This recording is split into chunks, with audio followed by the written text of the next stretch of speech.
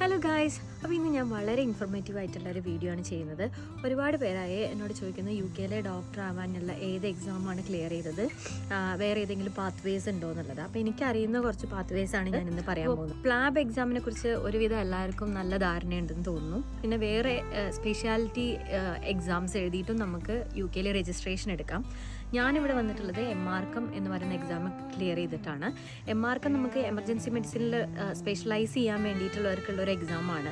അപ്പോൾ ഓരോ സ്പെഷ്യാലിറ്റിക്കും അതിൻ്റേതായിട്ടുള്ള എക്സാംസ് ഉണ്ട്. MRChemന് 3 പാർട്ടാണുള്ളത്. 3 പാർട്ടും ക്ലിയർ ചെയ്ത് കഴിഞ്ഞാലേ നമുക്ക് GMC രജിസ്ട്രേഷന് വേണ്ടിയിട്ട് അപ്ലൈ ചെയ്യാൻ പറ്റുള്ളൂ.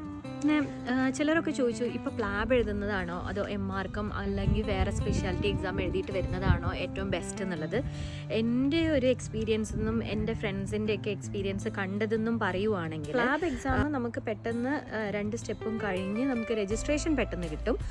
പക്ഷേ ഇപ്പോൾ ജോബ് ഓപ്പണിങ്സ് ഉള്ളതിൽ പോലും ജോലി കിട്ടാൻ ഭയങ്കര ബുദ്ധിമുട്ടാണ്. കാരണം ഒരുപാട് പേര് പ്ലാബ് കഴിഞ്ഞിട്ട് വെയിറ്റ് ചെയ്യുന്നതുകൊണ്ട് ഭയങ്കര കോമ്പറ്റീറ്റീവ് ആയത്. പിന്നെ സ്പെഷ്യാലിറ്റി എക്സാംസിൻ്റെ കാര്യം പറയുകയാണെങ്കിലും ഇപ്പോൾ ഈ അടുത്തായിട്ട് അത് സാച്ചുറേറ്റ് ആയിട്ട് വരികയാണ്.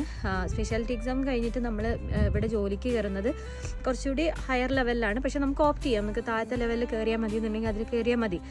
പക്ഷേ കുറച്ചുകൂടി ഹയർ ലെവലിൽ നമുക്ക് കയറാൻ പറ്റുന്നതുകൊണ്ട് ഓപ്പർച്യൂണിറ്റി നമുക്ക് ഇത് രണ്ടും നമുക്ക് ചൂസ് ചെയ്യാം.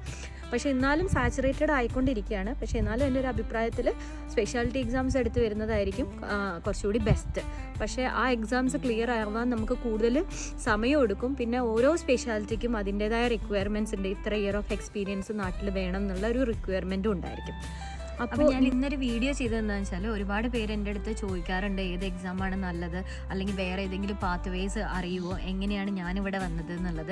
അപ്പോൾ അതുകൊണ്ടാണ് ഇന്നിപ്പോൾ ഇങ്ങനൊരു വീഡിയോ ചെയ്യാമെന്ന് ഞാൻ വിചാരിച്ചത്. ഇനി നിങ്ങൾക്ക് സ്പെസിഫിക് ആയിട്ട് എന്തെങ്കിലും കാര്യത്തെക്കുറിച്ചിട്ട് കൂടുതൽ അറിയണം എന്നുണ്ടെങ്കിൽ എനിക്ക് ഇൻബോക്സ് ചെയ്യുക അല്ലെങ്കിൽ കമൻറ്റ് ബോക്സിൽ കമൻറ്റ് ചെയ്യുക. അപ്പോൾ ഞാൻ അതിനെക്കുറിച്ച് കൂടുതൽ വീഡിയോസ് ചെയ്യുന്നതായിരിക്കും. ഇത് എൻ്റെ ഒരു അറിവെന്നുള്ള വീഡിയോ ആണ്.